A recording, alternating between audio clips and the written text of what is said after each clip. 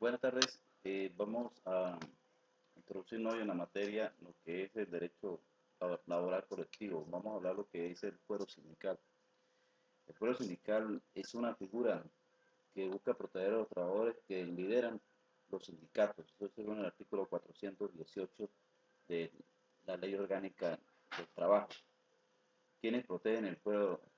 ¿A quiénes protegen el fuero sindical? Eh, eh, mm, Eso lo conseguimos en el artículo 419 también de la LO, que el fuero sindical eh, protege a los trabajadores y trabajadoras solicitantes del registro de la organización sindical desde el momento de la solicitud hasta 15 días después de registrar la misma o de haberse negado su registro. Los trabajadores o trabajadores que se adhieran a la solicitud de registro de organización sindical desde la gestión hasta 15 días después. Los primeros 7 integrantes de la junta directiva y así sucesivamente. ¿Quiénes están protegidos por la inamovilidad laboral? Eso lo conseguimos en el artículo 420 de la LO.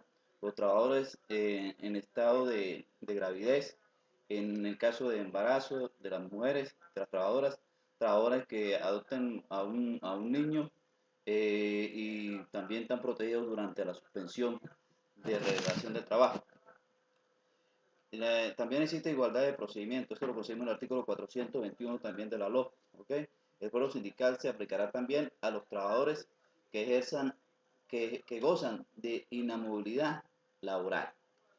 Ahora, la solicitud de autorización de despido, traslado o modificación de condiciones. Esto lo conseguimos en el artículo 422 de la LO también, ¿ok?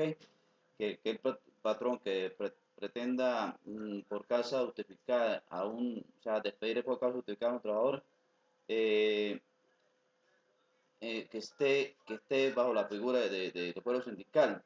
Y si lo pretende trasladar, debe solicitar la autorización a la inspectoría, al inspector, a la inspectoría del trabajo. ¿Okay? Y cumplir con los respectivos procedimientos. Hay excepción a la solicitud de calificación previa. Esa calificación previa la conseguimos en el artículo 423 de la LO.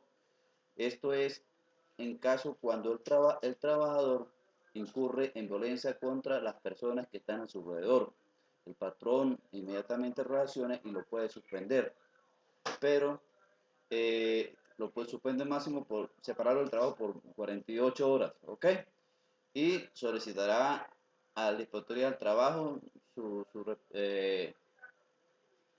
la respectiva autorización para poder mantener la separación del trabajador. ¿Por qué? Por un hecho de violencia. ¿Cuál es el procedimiento cuando hay un despido, durante un despido?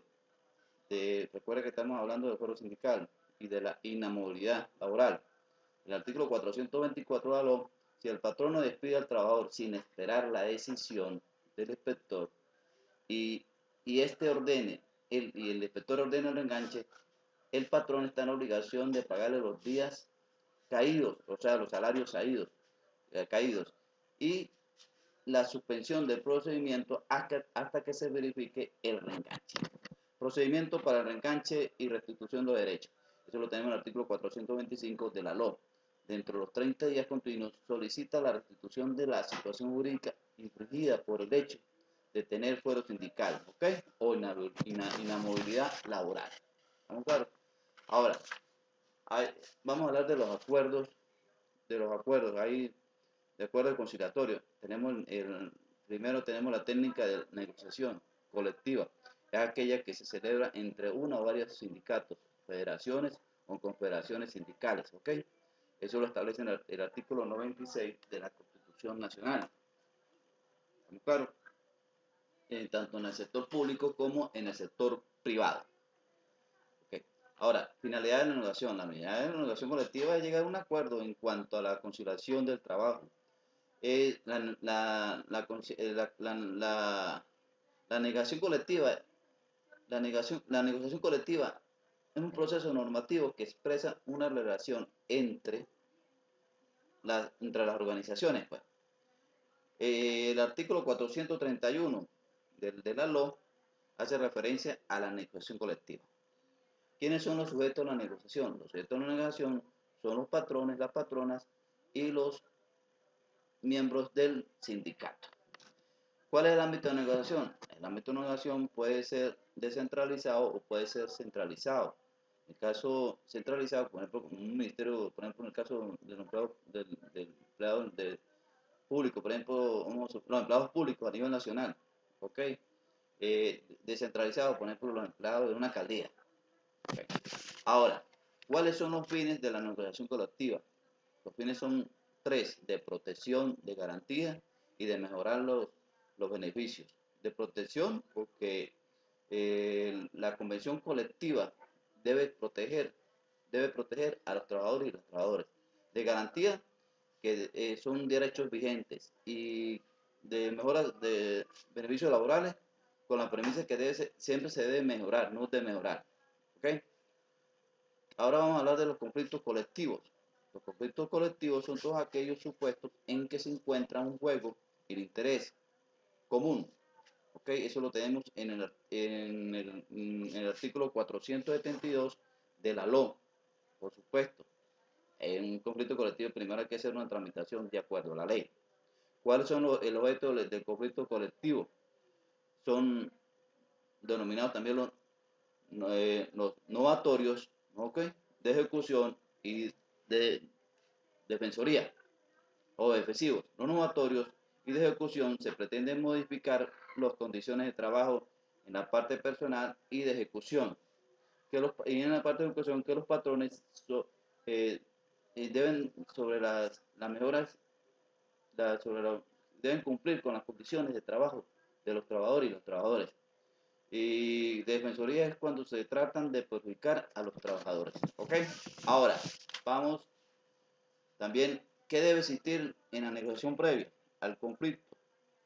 Ese está en el artículo 475 de la LO, 475 de la LO. La realiza el inspector o la inspectoría del trabajo, donde puede abrir una etapa breve de negociación entre las partes, ¿okay? Entre los patrones y los trabajadores, perdón, entre los patrones y los sindicatos. El conflicto colectivo debe cumplir ciertos procedimientos. ¿Okay? Se inicia según el artículo 476 de la LO, con la entrega de un pliego conflictivo ante la Inspectoría de Trabajo, sobre el tiempo reglamentario, sobre la negociación, sobre la presencia de las dos partes. ¿Ok? Ahora bien, resolución de conflictos. ¿Cómo se solucionan cómo se solucionan los conflictos? En este caso, cuando se trata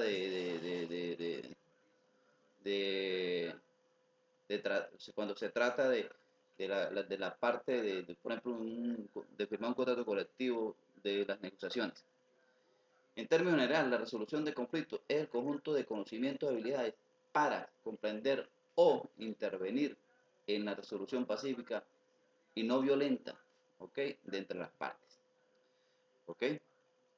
Existe otro modo como es para la resolución de conflicto, como es la heterocomposición, que puede ser por arbitraje a la decisión o la decisión judicial. Aparte de esta, también existe un modo de autocomposición, en este caso cuando no se recurre a la parte judicial, a un tribunal para que tome la decisión, ¿ok?, para discutir para la resolución del conflicto. También podemos hablar de mediación también. La mediación es una forma de solución pacífica previa al conflicto, ¿ok? También existen negociaciones previas en cuales el inspector del trabajo abre un espacio de negociación entre los patrones y la organización sindical. También se debe notificar sobre el conflicto colectivo a la Procuraduría General en estos casos cuando se trata de una empresa del Estado, ¿ok? Las causas de un pliego conflictivo, eso se presenta en el pliego colectivo. ¿Por qué se está tomando decisión? Eso se hace ante la Inspectoría del Trabajo, según el artículo 476 de la LOA. Bueno, muchas gracias.